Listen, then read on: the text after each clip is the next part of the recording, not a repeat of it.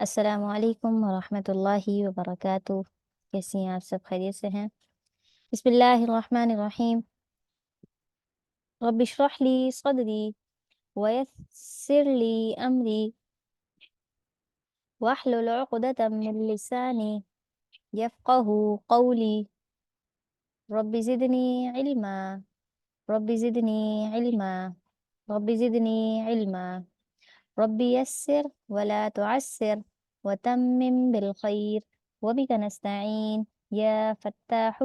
يا فتاح يا عليم۔ اچھا جی، ہمارا الحمدللہ پارہ نمبر 1 مکمل ہو گیا تھا، الف لام میم، جس کا آپ نے ترجمہ پڑھا، تفسیر سمجھی۔ الحمدللہ، امید ہے اچھے سے سمجھ آ گئی ہوگی۔ اب ہم شروع کرتے ہیں پارہ نمبر 2 سیقول۔ مائک آف کر لیجئے تاکہ سب کو پراپر آواز جائے نا۔ اچھا جی، سیقول کا جو پارہ نمبر 2 ہے اس میں سب سے پہلے اللہ تعالیٰ نے جو اچھا، اس پورے پارے میں ہم جو خلاصتاً میں آپ کو بتا دوں اس پورے پارے کے اندر ہے کیا۔ اس پورے کے پارے کے اندر جو ہے بہت ہی خاص احکامات نازل ہوئے، ٹھیک ہے۔ اس میں سے ایک قبلے کا حکم تھا، عورت کے حیض اور نفاس کے مسائل ہیں، اسی طریقے سے عورتوں کی عدت ہے، نماز کا حکم ہے، روزے کا حکم ہے، حج کی فرضیت ہے، یعنی ہمارے جو ارکان ہیں وہ اس میں شامل ہیں، اور اسی طریقے سے عورتوں کی عدت اور جو وراثت کے معاملات ہیں وہ اس دوسرے پارے کے اندر ہے۔ یعنی یہ دوسرا پارہ جو ہے ہمارا بہت زیادہ مسائل سے گھرا ہوا ہے، اور اس کے اندر بہت سارے مسائل ہیں جو ذکر ہوں گے، اور ساتھ ہی ساتھ یہ تفصیل طلب بھی ہے، یعنی اس کے اندر بہت سارے واقعات بھی ہیں، جہاد کا حکم بھی اس پارے کے اندر ہے، ٹھیک ہے، یعنی جو سب سے پہلے ابتدا ہوئی جہاد کی۔ تو شروع کرتے ہیں۔ سب سے پہلا جو حکم ہے، یعنی پہلی جو آیت ہے سیقول پارے کی، اس سے ہی ابتدا ہو رہی ہے قبلے کے احکامات کی، کہ آپ سب کو معلوم ہے سب سے پہلے جو ہمارا قبلہ تھا وہ بیت المقدس تھا، یعنی قبلہ اول، اور یہی قبلہ یہودیوں کا تھا، ٹھیک ہے، یعنی حضرت موسیٰ علیہ السلام کے دور میں ہی یعنی ان لوگوں یہودیوں کا یہ قبلہ رہا ہے، اور اس کے بعد بھی ان کا یہی قبلہ رہا۔ پھر کیا ہوا کہ جیسا کہ اللہ تعالیٰ نے ان کو تورات اور انجیل کتاب دی تھی، اور اس کتاب کے اندر باقاعدہ سے یہ ساری تفصیل موجود ہے کہ آپ صلی اللہ علیہ وسلم جو کہ آخری نبی ہوں گے، ان کا جو قبلہ ہوگا وہ قبلہ کیا ہوگا؟ بیت اللہ ہوگا۔ ایک منٹ دیجیے گا مجھے، بلکہ ٹھیک ہے، ٹھیک ہے۔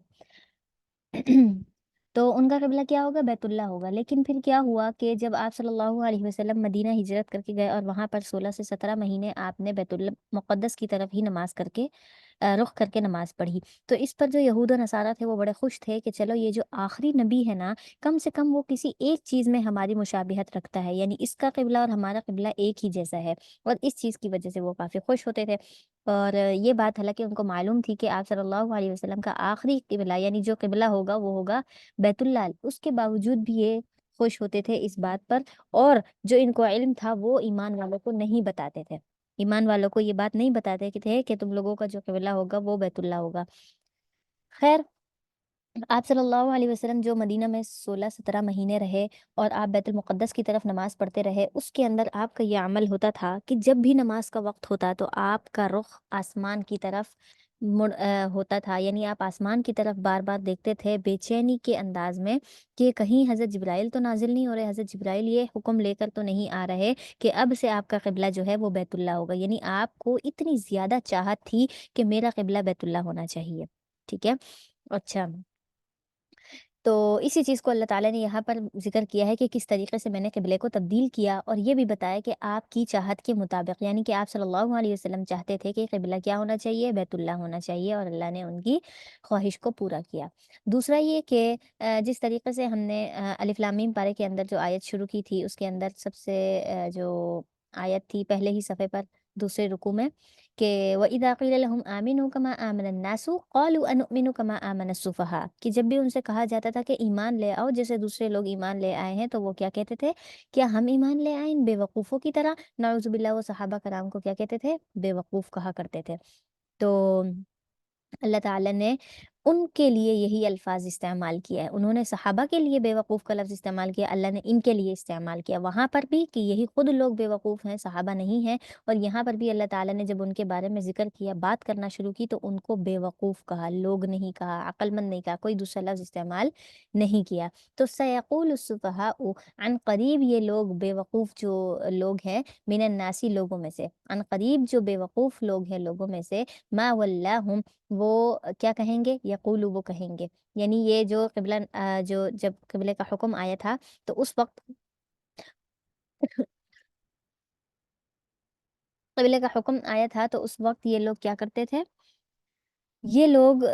جب یہ آیت نازل ہوئی تھی تو اللہ تعالیٰ نے فرمایا کہ دیکھ لیجئے ابھی جیسے ہی ہم یہ حکم نازل کریں گے نا کہ اپنا قبلہ پھیر لو، رخ پھیر لو، تو یہ لوگ فوراً سے سوال کرنا شروع ہو جائیں گے کہ یہ کیا ہو گیا، اب تک تو مسلمانوں کا قبلہ بیت المقدس تھا، ابھی بیت اللہ ہو گیا، یعنی اس چیز پہ ان کو بہت اعتراض ہوگا اور اس پہ بہت سوالات اٹھائیں گے۔ تو اسی لیے اللہ تعالیٰ نے آیت کے ذریعے سے پہلے وضاحت کر دی کہ جب بھی یہ حکم نازل ہوگا نا تو فوراً سے یہ کہنا شروع ہو جائیں گے بے وقوف لوگ، ما ولاہم کس چیز نے پھیر دیا ان کو، واللہ کا مطلب ہوتا ہے رخ پھیرنا، ٹھیک ہے، عن قبلتہم التی اس قبلے سے، التی کانوا علیہا جس پر وہ پہلے تھے، یعنی کہ بیت المقدس جس کی طرف وہ پہلے سے نماز پڑھ رہے تھے، اس سے انہوں نے جو رخ پھیرا ہے نا، یہ کس وجہ سے پھیرا ہے، کیا تھا ایسا، کیوں پھیرا؟ تو قل آپ کہہ دیجئے للہ المشرق والمغرب، اللہ ہی کے لیے ہے مشرق اور مغرب، یعنی کہ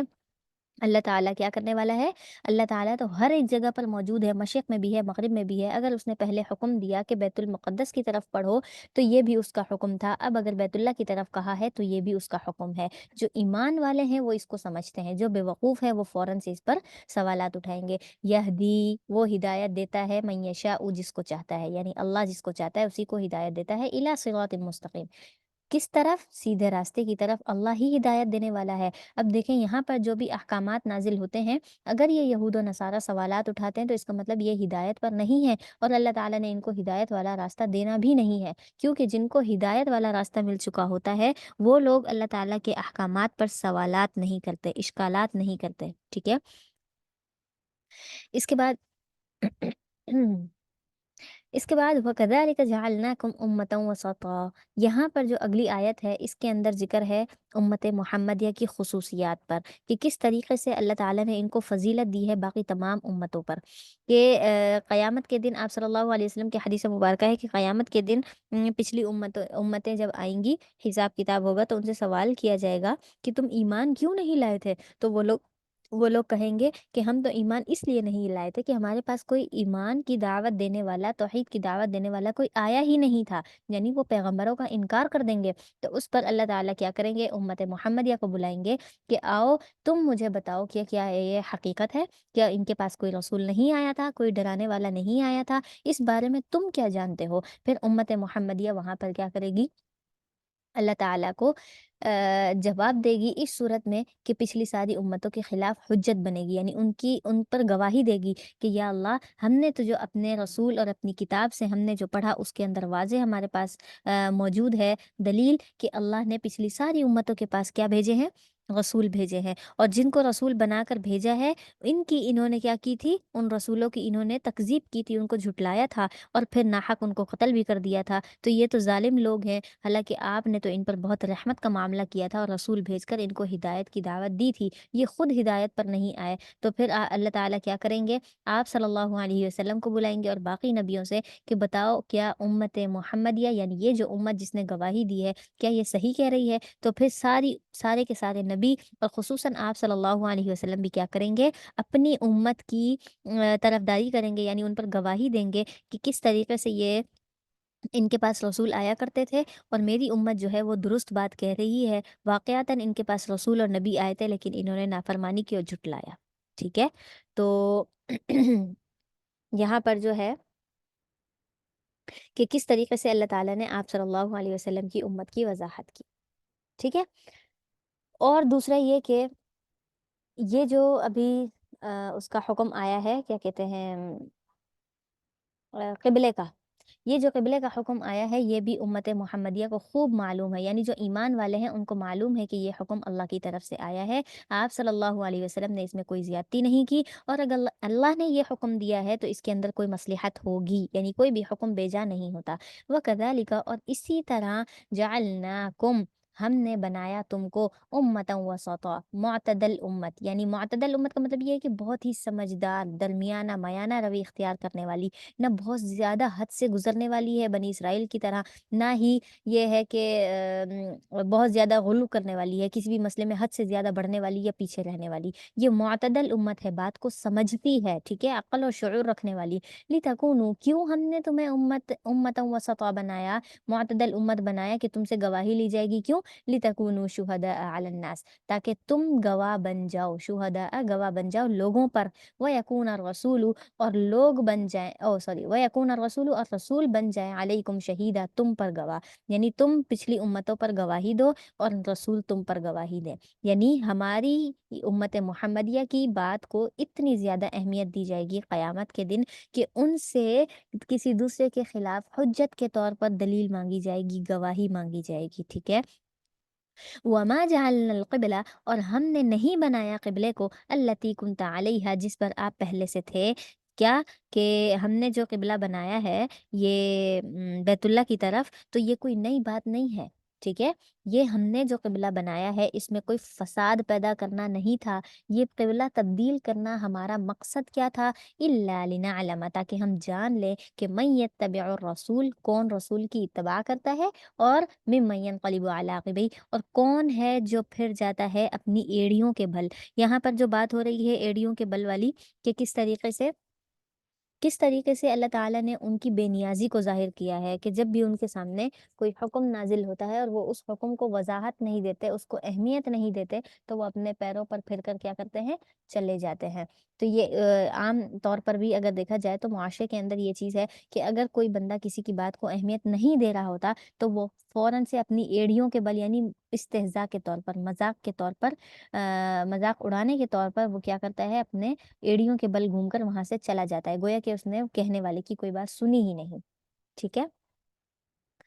تو اللہ تعالیٰ نے یہ جو قبلہ تبدیل کیا ہے اس کے لیے فرمایا کہ یہ قبلہ ہم نے ایسے ہی تبدیل نہیں کیا، التی کنت علیہا، جس پر آپ پہلے تھے، الا لنعلم من یتبع الرسول، اس میں ہمارا مقصد کیا تھا کہ ہم جان لیں کہ کون رسول کی اتباع کرتا ہے، اور ایسا ہی ہوا کہ جب اللہ تعالیٰ نے حکم نازل کیا اور اس وقت آپ صلی اللہ علیہ وسلم بنو سلمہ کی ایک مسجد میں تھے اور وہاں پر ظہر کی نماز ادا کر رہے تھے، پھر کیا ہوا کہ نماز کے اندر ہی آپ نے 2 رکعت پڑھی تھیں کہ نماز کے اندر حکم آ گیا کہ قبلہ تبدیل کر لو، تو اللہ تعالیٰ نے وہیں پر کیا، اللہ تعالیٰ کا جیسے ہی حکم آیا تو آپ صلی اللہ علیہ وسلم نے 2 رکعت ادا کرنے کے بعد ہی باقی کی 2 رکعت کیا کر دی، قبلہ تبدیل کر کے، یعنی بیت اللہ کی طرف رخ کر کے ادا کی تھیں، اور جیسے ہی صحابہ کو پتہ چلا کہ نبی علیہ السلام نے قبلہ تبدیل کیا ہے تو صحابہ نے بھی فوراً سے قبلہ تبدیل کر لیا، کوئی سوالات کیے بغیر، یہودیوں اور منافقین کی طرح انہوں نے سوالات نہیں کیے، اس کا مذاق نہیں اڑایا اور تعجب بھی ظاہر نہیں کیا کہ یہ کیسے ہو گیا، نہیں، انہیں پتا تھا کہ یہ آپ صلی اللہ علیہ وسلم کا کوئی بھی عمل اللہ کے حکم کے بغیر نہیں ہوتا، ٹھیک ہے۔ اور اسی طریقے سے جب دوسرے لوگ دوسری جگہوں پر مدینے سے جو دور دور تھے، آپ صلی اللہ علیہ وسلم سے جو دور دور تھے، ان کے پاس جیسے جیسے حکم پہنچتا گیا کہ قبلہ تبدیل ہونا ہے، اللہ نے قبلے کا حکم دیا ہے، تو وہ لوگ وہیں پر جیسے تھے فوراً سے قبلہ تبدیل کرتے چلے گئے، ٹھیک ہے۔ کہیں پر جو ہے اگلی نماز جیسے ظہر یہاں ہو رہی تھی تو کوئی کسی کے پاس عصر میں حکم پہنچا، کسی کے پاس مغرب میں پہنچا، اور مسجد قباء جو دوسری مسجد ہے، دور ہے مدینہ سے، اس کی تو اس وہاں پر جو حکم پہنچا وہ اگلے دن جا کر پہنچا، ٹھیک ہے۔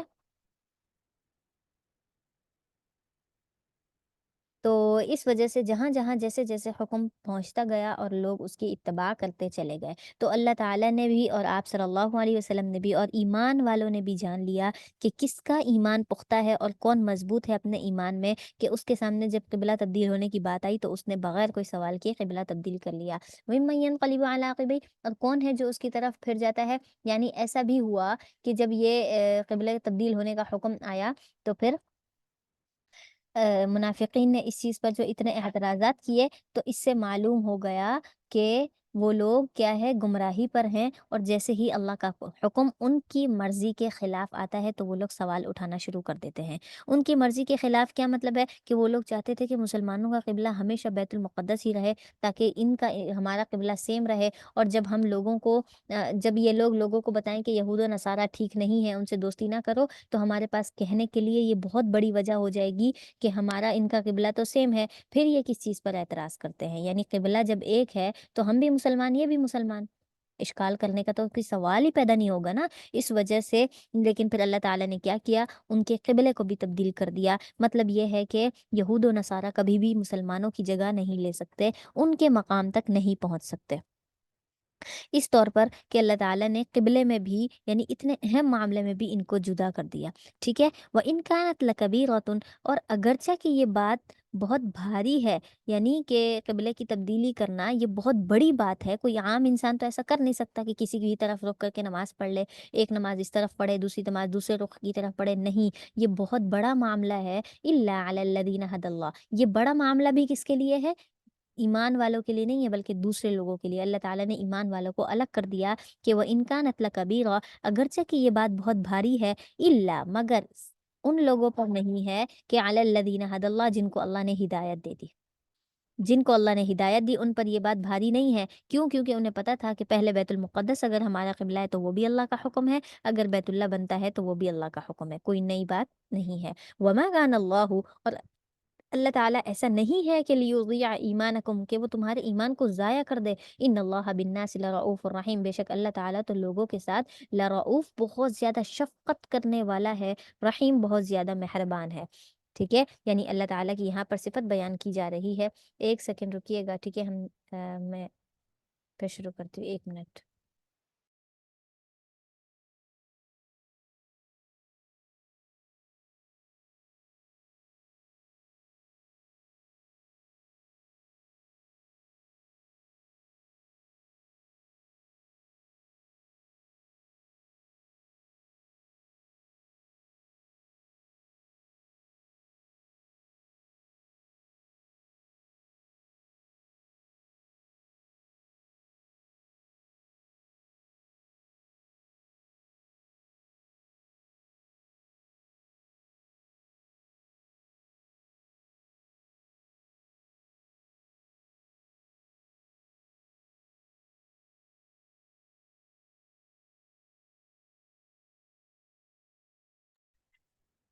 اچھا جی،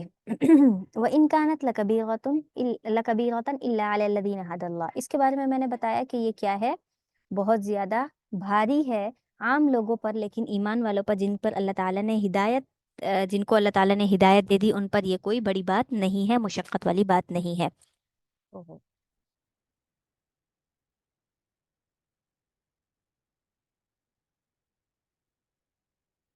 اچھا، یہاں پر اگلی جو اسی آیت کے اندر جو ہے نا کہ ان وما کان اللہ لیضیع ایمانکم، کہ اللہ تعالیٰ تمہارے ایمان کو ضائع نہیں کرے گا، ضائع نہیں کرے گا، کہ کیا مطلب ہے؟ یہاں پر جو وہ لوگ جو پہلے مسلمان تھے اور وہ بیت المقدس کی طرف رخ کر کے نماز پڑھتے تھے، اور پھر ان کا انتقال ہو گیا،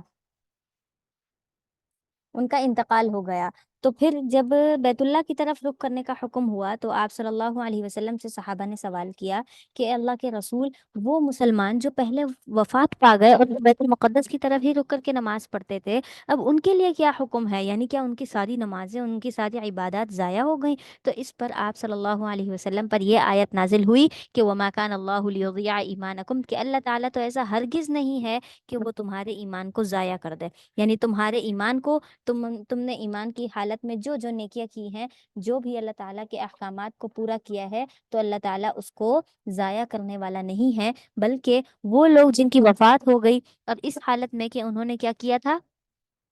بیت المقدس کی طرف رک کر کے نماز پڑھا تھا، تو انہوں نے بھی کوئی گناہ نہیں کیا، وہ بھی اپنے صحیح دین پر تھے، اس لیے کہ اس لیے کہ وہ جب زندہ تھے تو اس وقت ان کے لیے یہ حکم تھا کہ بیت المقدس قبلہ ہے. اب جب ان کا انتقال ہو گیا اور اس وقت جب ہم نے حکم تبدیل کیا ہے تو انہوں نے تو اپنے حکم کے مطابق عمل کیا. لیکن اب جو لوگ زندہ ہیں اگر وہ کسی ضد اور اناد کی وجہ سے بیت اللہ کو قبلہ نہیں بناتے، بیت المقدس کی طرف ہی رک کر کے نماز پڑھتے رہتے ہیں، تو پھر ان لوگوں کے لیے کیا ہو جائے گا؟ ان کے لیے پھر یہ ہدایت نہیں ہوگی، ان کو پھر اللہ تعالیٰ معاف نہیں کرے گا. تو یہاں پر ان اللہ بالناس لرؤوف رحیم، اللہ تعالیٰ تو بہت زیادہ شفقت کا معاملہ کرنے والا ہے. یہاں پر ایک اور واقعہ بھی آتا ہے کہ ایک مرتبہ آپ صلی اللہ علیہ وسلم اپنے چند صحابہ کے ساتھ جا رہے تھے، تو راستے میں اندھیرے کے وقت میں ایک طرف رک کر کے آپ نے نماز شروع کر دی، صحابہ نے بھی پڑھ لی. جب روشنی ہوئی صبح کے اوقات میں تو صحابہ اور آپ صلی اللہ علیہ وسلم تو حیران ہو گئے کہ ہم نے جس رخ کی طرف نماز پڑھی تھی وہ تو غلط رخ تھا. ٹھیک ہے، وہ تو غلط رخ تھا. اب کیا کریں؟ کیا ہماری نماز قبول ہوئی یا نہیں ہوئی، یا ہمیں دوبارہ دہرانی پڑے گی؟ تو اس پر اللہ تعالیٰ نے یہ آیت نازل فرمائی. ٹھیک ہے، دونوں شان نزول اسی کے ہو سکتے ہیں. اور یہ ہے کہ اللہ تعالیٰ نے ایمان والوں سے کہہ دیا کہ وہ جو تم نے بھول چوک کر غلط رخ کی طرف نماز پڑھ لی تو اس پر تمہارے لیے کوئی پکڑ نہیں ہے. اللہ تعالیٰ آسانی کا معاملہ فرماتے ہیں، کسی پر مشقت نہیں ڈالتے.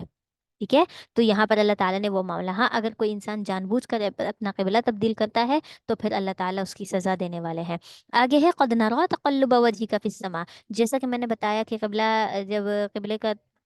بیت المقدس تھا تو اس وقت آپ صلی اللہ علیہ وسلم اکثر اوقات اور نماز کے اوقات میں خاص طور پر آسمان کی طرف دیکھتے تھے کہ شاید جبرائیل علیہ السلام آ جائے اور یہ حکم دے دیں کہ اللہ نے آپ کا قبلہ تبدیل کر دیا ہے. ٹھیک ہے، تو اس وجہ سے آپ آسمان کی طرف دیکھتے تھے. تو اللہ تعالیٰ نے اسی کا ذکر کیا ہے، قد نرا، تحقیق ہم دیکھ رہے ہیں. ہم دیکھ رہے ہیں کیا چیز؟ تقلبا، کے بار بار اٹھنا، بار بار کوئی کام کرنا، تسلسل مسلسل کوئی کام کرتے رہنا، اس کو کہتے ہیں تقلبا. کہ بار بار اٹھنا، وجہ کا، آپ کے چہرے کا، فی السمائی، آسمان میں. یعنی آپ جو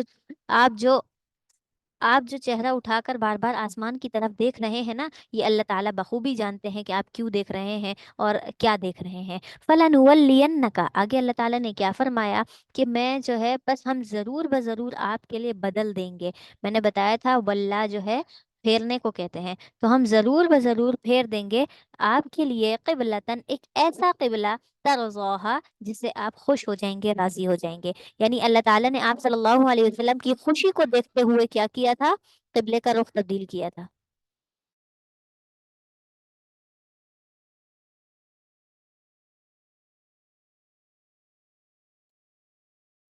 اچھا، اس کے بعد ہے فولی وجہ کا. یہ جب اللہ تعالیٰ نے آپ صلی اللہ علیہ وسلم کی صفات بتا دی کہ آپ کس طریقے سے آسمان کی طرف دیکھتے تھے اور رخ دیکھتے تھے، اور اس کے بعد آگے اس کا ذکر کر دیا کہ فولی وجہ کا، بس آپ پھیر لیجئے اپنے چہرے کو. یعنی آپ صلی اللہ علیہ وسلم کو فرمایا کہ اب جو آپ چاہتے تھے نا وہ حکم آ گیا ہے. فولی، بس آپ پھیر لیجئے وجہ کا، اپنے چہرے کو، شطر المسجد الحرام، شطرہ کہتے ہیں رخ کرنا، ٹھیک ہے، کی طرف، مسجد الحرام کی طرف آپ اپنا رخ پھیر لیں.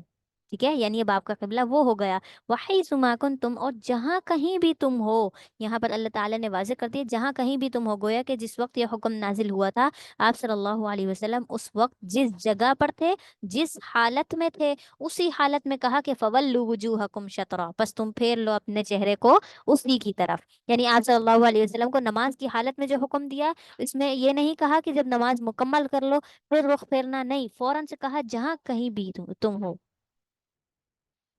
کچھ کہہ رہی ہیں؟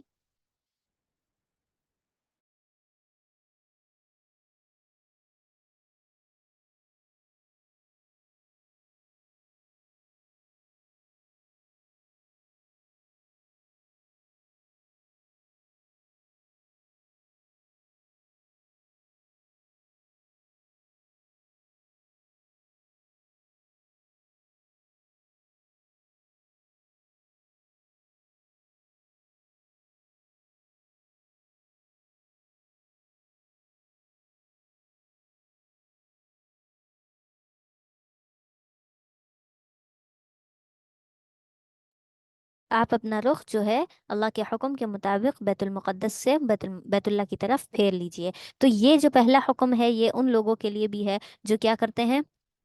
جہاں پر مستقل ان کی جگہ ہے، ٹھیک ہے، ایک ہوتا ہے کسی کا اپنا گھر نا، اور ایک ہوتا ہے کہ ہم تھوڑی دیر کے لیے کہیں اور اپنی جگہ تبدیل کر لیتے ہیں، تو یہ ان لوگوں کے لیے تھا جو جہاں کہیں بھی ہے نا وہاں پر اپنا رخ تبدیل کر لے۔ اس کے بارے میں صحابہ فرماتے ہیں کہ پہلی بار جو آیت میں آیا ہے نا کہ فَوَلُّوا وُجُوهَكُمْ شَطْرَهُ، یہ ہے ان لوگوں کے بارے میں جنہوں نے مستقل کوئی جگہ کسی گھر میں رہتے ہوں، اس گھر میں ان کا قبلے کا رخ کیا ہونا چاہیے؟ بیت اللہ ہونا چاہیے۔ وَإِنَّ الَّذِينَ أُوتُوا الْكِتَابَ، اور بے شک وہ لوگ جن کو کتاب دی گئی، لَيَعْلَمُونَ أَنَّهُ الْحَقُّ، وہ جانتے ہیں کہ أَنَّهُ الْحَقُّ، یہ بات حق ہے، من ربہم، ان کے رب کی طرف سے۔ جیسے کہ میں نے پہلے بتایا یہود و نصارہ کو تورات اور انجیل میں یہ بات معلوم تھی کہ جو آخری نبی آئیں گے ان کا قبلہ جو ہے وہ بیت اللہ ہوگا، اس کے باوجود بھی وہ لوگ کیا کر رہے تھے؟ اعتراض کر رہے تھے۔ تو اس اعتراض کا جواب اللہ تعالیٰ نے یہ دیا کہ بھئی یہ لوگ کیوں سوال کر رہے ہیں؟ ہاں، جن لوگوں کو بالکل سرے سے کچھ نہیں پتا ان کو سوال کرنا چاہیے تھا، یہ لوگ سوال کرتے ہیں جن کو اوت الکتاب کتاب دی گئی اور کتاب کے اندر باقاعدہ بتا دیا گیا کہ بیت اللہ کی طرف رخ کرنا ہے، نماز ادھر ادھر ہی پڑھنی ہے۔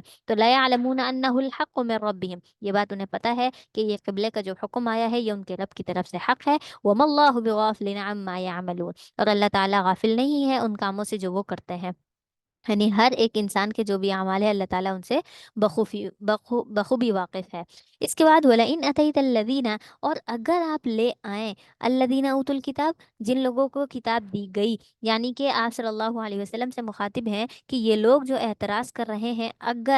اگر ان کے لیے آپ کوئی ایسی واضح اور بڑی دلیل بھی لے کر آ جائے نا، تب بھی وہ کیا کریں گے؟ مَا تَبِعُوا قِبْلَتَكَ، وہ آپ کے قبلے کی اتباع نہیں کریں گے۔ کیوں؟ کیونکہ وہ اپنا قبلہ چھوڑنا ہی نہیں چاہتے، وہ آپ کی اتباع کرنا ہی نہیں چاہتے۔ تو وَلَئِنْ أَتَيْتَ الَّذِينَ، اور اگر آپ اتیتا لے آئیں الَّذِينَ اوتوا الکتاب یعنی کتاب جن کو دی گئی ہے ان کے لیے، بِكُلِّ آیَةٍ، ہر قسم کی نشانی، ہر طرح کی کوئی نشانی لے کر آ جائیں، تو ما تبعوا قبلتک، وہ آپ کی اتباع نہیں کریں گے، وہ آپ کی بات نہیں مانیں گے۔ وما انت بتابع، اور آپ بھی اتباع نہ کریں قبلتہم، ان کے قبلے کی، ٹھیک ہے۔ آپ صلی اللہ علیہ وسلم سے فرمایا کہ وہ لوگ آپ کے قبلے کی اتباع نہیں کریں گے، ان کے سامنے جتنی بڑی بڑی دلیل آ جائے، اسی طریقے سے آپ نے بھی ان کے قبلے کی اتباع نہیں کرنی۔ وما بعضهم بتابع قبلۃ بعض، اور نہ ہی ان میں سے کوئی اتباع کرنے والا ہے قبلۃ بعض، کسی دوسرے کے قبلے کی، یعنی یہود و نصارہ تو اپنے اپنے عقائد میں، اپنی کتاب میں، اپنے مسائل میں اس قدر پختگی والے تھے کہ وہ کسی دوسرے انسان کے لیے اپنا عقیدہ، اپنی چیزیں چھوڑنے کے لیے تیار ہی نہیں تھے۔ تو اگر آپ کی بھی اتباع نہیں کرتے تو وہ کسی اور کی بھی نہیں کرتے، یعنی وہ اپنے دین میں اتنے ڈٹے ہوئے ہیں کہ ہم صحیح ہیں باقی سب غلط ہیں۔ وہ کہتے ہیں نا کسی چیز پر ضد پہ اڑ جانا، تو یہ لوگ اس قدر ضد پہ اڑے ہوئے تھے کہ یہ آپ رسول ہوتے ہوئے بھی آپ کی اتباع نہیں کریں گے، اور باقی جو دوسرے لوگ ہیں ان کے قبلے کی بھی اتباع نہیں کریں گے۔ تو آپ کیا کریں؟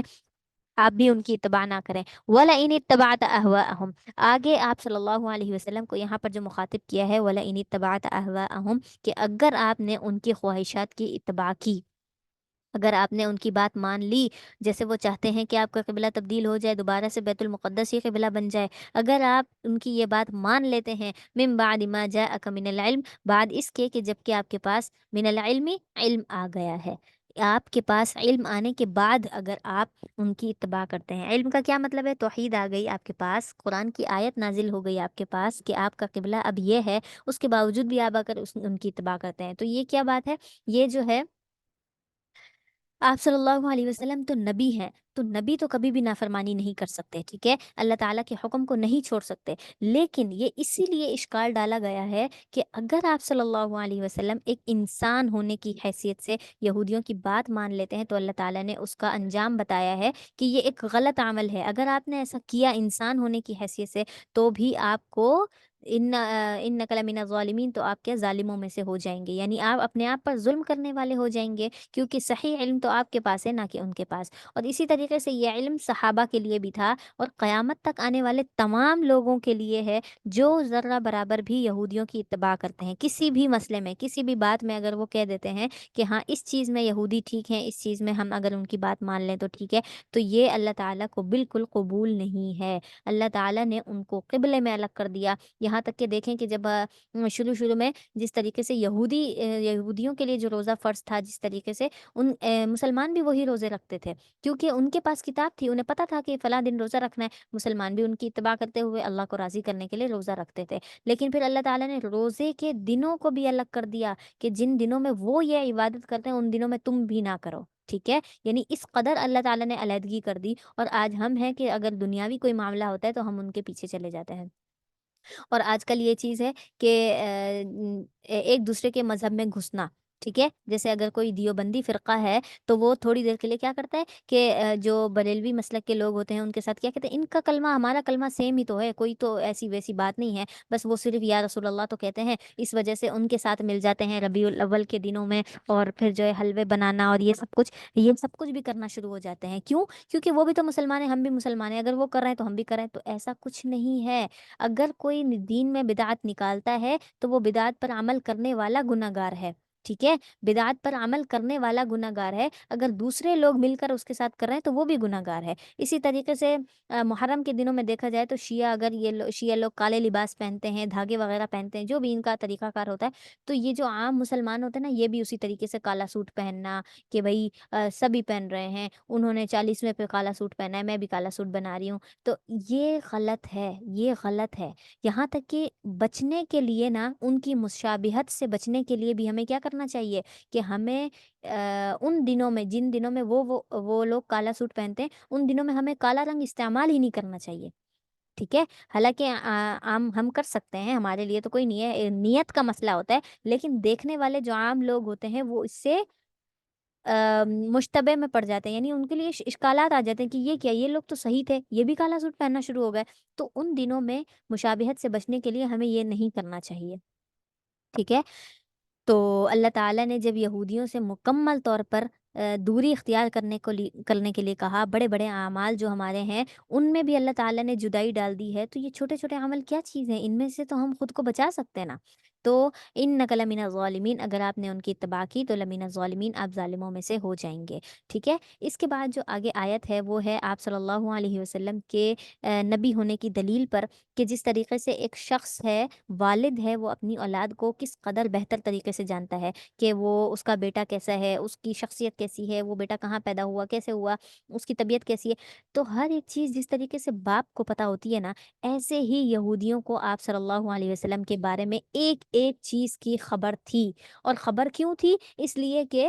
ان کے پاس کتاب موجود تھی، اور کتاب کے اندر اللہ تعالیٰ نے آپ صلی اللہ علیہ وسلم کی ہر ایک صفت، ہر ایک بات کو ذکر کیا تھا، جس سے وہ لوگ بخوبی پہچان لیں کہ ہاں یہ ہے فلاں شخص جس نے نبی بن کر آنا تھا۔ تو اس طریقے سے اللہ تعالیٰ نے جب ساری صفات بیان کر دی تو کوئی بھی عذر باقی نہیں تھا کہ وہ اس پر ایمان نہ لائیں، ٹھیک ہے؟ تو الذین آتیناہم الکتاب، وہ لوگ جن کو ہم نے کتاب دی ہے، یعرفونہ، وہ ان کو ایسے جانتے ہیں۔ ایسے جانتے ہیں کا کیا مطلب؟ یعنی یہ ہے کہ جو قبلے والا معاملہ ہے کہ قبلہ تبدیل ہونا ہے، یہ بات بھی ان کو بخوبی معلوم ہے۔ کیوں؟ کیونکہ کتاب کے اندر تھا کہ آپ صلی اللہ علیہ وسلم کا قبلہ کیا ہوگا؟ بیت اللہ ہوگا۔ اور اسی طریقے سے وہ آپ صلی اللہ علیہ وسلم کو بھی ایسے ہی جانتے ہیں، کما یعرفون ابناءہم، جیسے کہ وہ جانتے ہیں ابناءہم، اپنے بیٹوں کو۔ یعنی کوئی باپ جس طریقے سے اپنے بیٹے کو جانتا ہے نا، اسی طریقے سے یہ آپ صلی اللہ علیہ وسلم کو جانتے ہیں۔ وَإِنَّ فَرِيقًا مِّنْهُمْ، اور بے شک ان میں سے ایک فریق ایسا ہے۔ ایک فریق کا کیا مطلب ہے؟ کچھ لوگ ایسے ہیں لَيَكْتُمُونَ الْحَقَّ، جو حق بات کو چھپا لیتے ہیں، یعنی انہیں پتہ ہے تورات کے اندر یہ حکم ہے، تورات کے اندر یہ مسئلہ ہے، یہ وضاحت موجود ہے، اس کے باوجود بھی لَيَكْتُمُونَ الْحَقَّ، وہ اس کو چھپا لیتے ہیں۔ وَهُمْ يَعْلَمُونَ، حالانکہ وہ حقیقت بات جانتے ہیں، وہ جانتے ہیں پھر بھی چھپا لیتے ہیں۔ الحق من ربک، کہ حق ہے آپ کے رب کی طرف سے۔ فلا تکونن من الممترین، بس تم، تکونن کا مطلب ہے تم ہرگز مت ہو جانا، من الممترین، شک کرنے والوں میں سے۔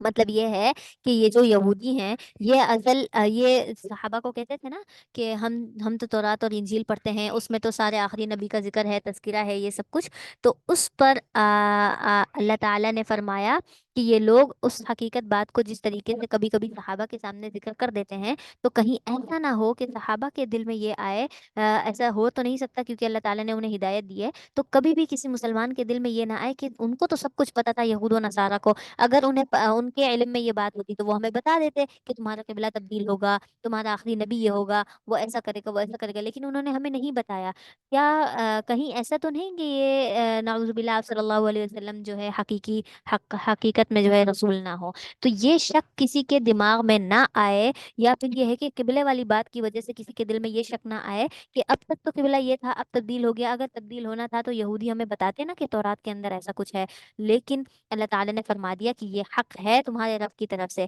تو تم اگر یہودی تم پر کوئی اعتراض سوالات کرتے ہیں تو تم ان کو کیا کرنا، ان کی وجہ سے شک میں مت پڑ جانا کہ کہیں یہ حکم اللہ کی طرف سے نہ ہو اس بات میں، ٹھیک ہے۔ اس کے بعد ہے ولیکل وجہتون، اور ہر ایک کے لیے وجہ جہت ہے،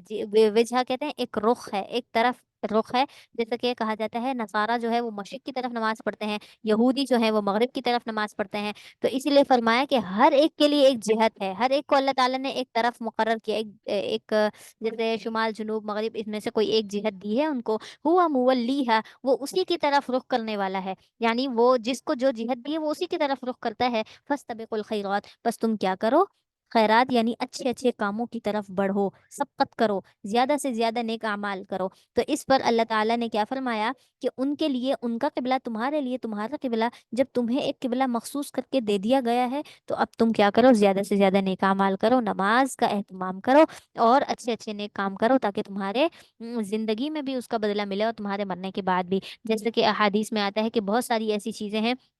کہ جو اللہ تعالیٰ مرنے کے بعد بھی مردے کو اس کا ثواب پہنچاتے ہیں، تو ان میں سے یہ بھی ہے کہ کوئی اگر اپنی زندگی میں کوئی اچھا کام چھوڑ کر جاتا ہے کرتے ہوئے، اور پھر باقی لوگ اس پر عمل کرتے رہتے ہیں، وہ اگر کسی نے کسی کو کوئی اچھی بات بتائی ہے اور اس نے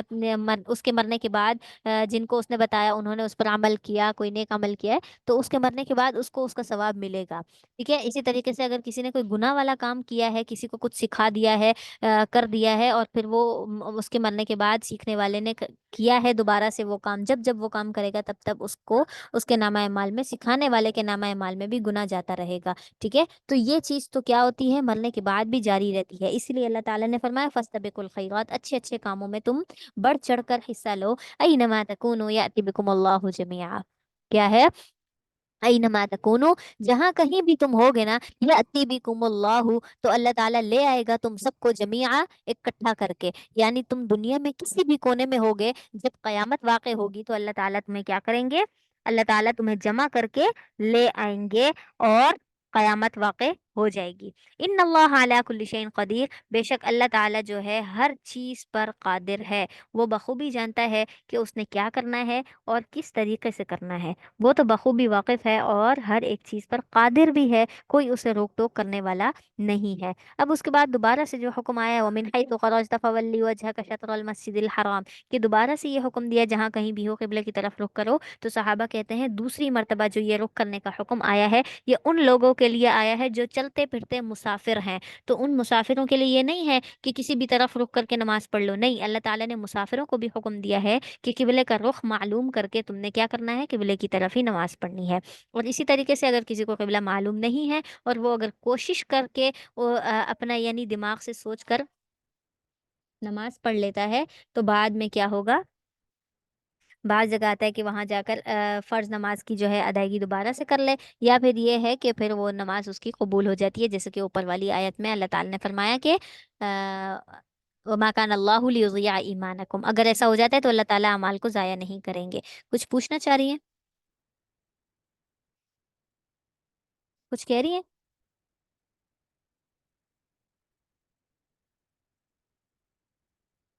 مجھے آواز نہیں آ رہی ہے، کچھ کہہ رہی ہیں؟ اللہ اکبر، اچھا جی، آگے یہ دوسری مرتبہ والی آیت ہے کہ جو کہیں جہاں کہیں بھی ہے وہ کیا کر لے، اپنا قبلہ بیت اللہ کو بنا لے، تو ومن حیث خرجتا، اور جہاں کہیں بھی تم نکلو، یعنی اپنے گھر سے عام طور پر سفر کے لیے کہیں بھی تم نکلو تو تم کیا کرو، فولی وجہ کا، پس تم پھیر لو اپنے چہرے کو شطر المسجد الحرام، مسجد حرام کی طرف، یعنی راستے میں بھی تم اگر مسافر ہو تو تمہارا قبلہ کیا ہونا چاہیے، مسجد حرام ہونا چاہیے۔ وَإِنَّهُ لَلْحَقُّ مِن رَّبِّكَ، اور بے شک وہی ہے، للحق من ربک، تمہارے رب کی طرف سے حق بات، یعنی وہی حق قبلہ ہے، درست قبلہ وہی ہے کہ اسی کی طرف رک کر کے نماز پڑھنی ہے۔ وَمَا اللَّهُ بِغَافِلٍ عَمَّا تَعْمَلُونَ، اور اللہ تعالیٰ غافل نہیں ہے ان کاموں سے جو تم کرتے ہو، یعنی اللہ تعالیٰ کو بخوبی ہر ایک چیز کا علم ہے۔ اسی طریقے سے وَمِنْ حَيْثُ خَرَجْتَ فَوَلِّ وَجْهَكَ، اور جہاں کہیں بھی تم نکلو تو فَوَلِّ وَجْهَكَ، تم پھیر لو اپنے چہرے کو شطر المسجد الحرام، مسجد حرام کی طرف۔ یہ تیسرا جو حکم ہے یہ ان لوگوں کے لیے ہے کہ جو کیا کرتے ہیں، تھوڑی دیر کے لیے کہیں پر رہائش اختیار کرتے ہیں، ٹھیک ہے، تھوڑے دنوں کے لیے شہر تبدیل کر لیا، جگہ تبدیل کر لی، تو ان لوگوں کے لیے بھی ہے کہ وہاں جا کر تمہارا کوئی نیا قبلہ نہیں ہوگا، بلکہ وہاں جا کر بھی تم نے اللہ تعالیٰ کے اس نئے حکم کے مطابق اپنا قبلہ تبدیل کرنا ہے۔ وَحَيْثُ مَا كُنتُمْ فَوَلُّوا وُجُوهَكُمْ، پر جہاں کہیں بھی تم ہو، فَوَلُّوا وُجُوهَكُمْ شَطْرًا، تو اپنے چہرے کو پھیر لو اسی کی جانب، یعنی بیت اللہ کی جانب، لِأَلَّا يَكُونَ لِلنَّاسِ، تاکہ وہ لوگوں کے لیے ہو جائے تمہارے خلاف حجت حجت، ٹھیک ہے، تاکہ تمہارے جو اگر تم کہیں بھی جاؤ اور وہاں جا کر تم جو ہے نیا قبلہ بنا لو، یا پھر یہ ہے کہ وہاں کی رہائش جو لوگ رکھنے والے ہیں ان لوگوں سے قبلہ معلوم نہ کرو، بلکہ اپنی مرضی سے کسی بھی طرف رک کر کے نماز پڑھ لو، تو پھر یہ تمہارے خلاف حجت بن جائے گی۔ قیامت کے دن وہ لوگ کیا کریں گے، تمہارے خلاف گواہی دیں گے کہ ہم وہ وہاں موجود تھے، اس نے ہم سے قبلہ معلوم نہیں کیا بلکہ اپنی طرف سے قبلہ بنا کر نماز پڑھ لی۔ تو یہ تمہارے خلاف حجت نہ بن جائے، اسی لیے تم کیا کرنا، قبلے کو مخصوص ہی رکھنا، ٹھیک ہے، یعنی یہ ہے کہ آپ صلی اللہ علیہ وسلم اور صحابہ کے لیے ہے کہ اگر تم کہیں نکلو اور وہاں جا کر تم قبلہ تبدیل کر لو اور بیت اللہ کی طرف نہ پڑھو، تو ان منافقین کے لیے بھی منافقین کے لیے بھی بہت بڑی دلیل بن جائے گی کہ یہ دیکھو مدینہ میں تھے تو بیت اللہ کو قبلہ بناتے تھے، اب مدینہ سے نکلے ہیں تو کہیں بھی رک کر کے نماز پڑھ لیتے ہیں۔ تو اس وجہ سے تم نے کیا کرنا ہے،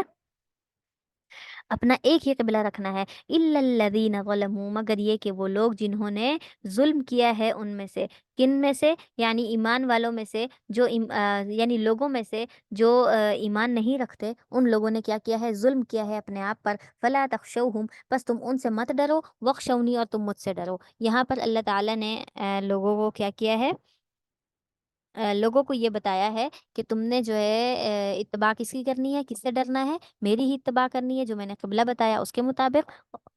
اور ہر معاملے میں تم نے مجھ سے ہی ڈرنا ہے، لوگوں سے ڈرنے کی بات نہیں ہے، لوگوں کو چھوڑ دو، اس لیے کہ نہ ہی وہ تمہارے سوالات کے جوابات دینے والے ہیں قیامت کے دن، اور نہ ہی عذاب کی صورت میں وہ تم سے عذاب کی کمی کر دیں گے، اور نہ ہی تمہیں نیکیوں کی اگر جنت میں جانے کی خواہش ہوگی تو وہ تمہاری خواہش کو پورا کریں گے۔ تو ایسا بالکل نہیں ہے، تم نے کیا کرنا ہے، صرف مجھ سے ڈرنا ہے۔ وَلِأُتِمَّ نِعْمَتِي عَلَيْكُمْ، اور میں پوری کر دوں گا اپنی نعمتیں تم پر، وَلَعَلَّكُمْ تَهْتَدُونَ، اور شاید کہ تم ہدایت پا جاؤ۔ یہاں پر اللہ تعالیٰ ایمان والوں کو یہ بتا رہے ہیں کہ جب تم مجھ سے ڈرو گے، اور وَلِيُتِمَّ نِعْمَتِي، تمہارے ڈرنے کی صورت میں کیا کر دوں گا، اپنی ساری نعمتیں تم پر مکمل کر دوں گا۔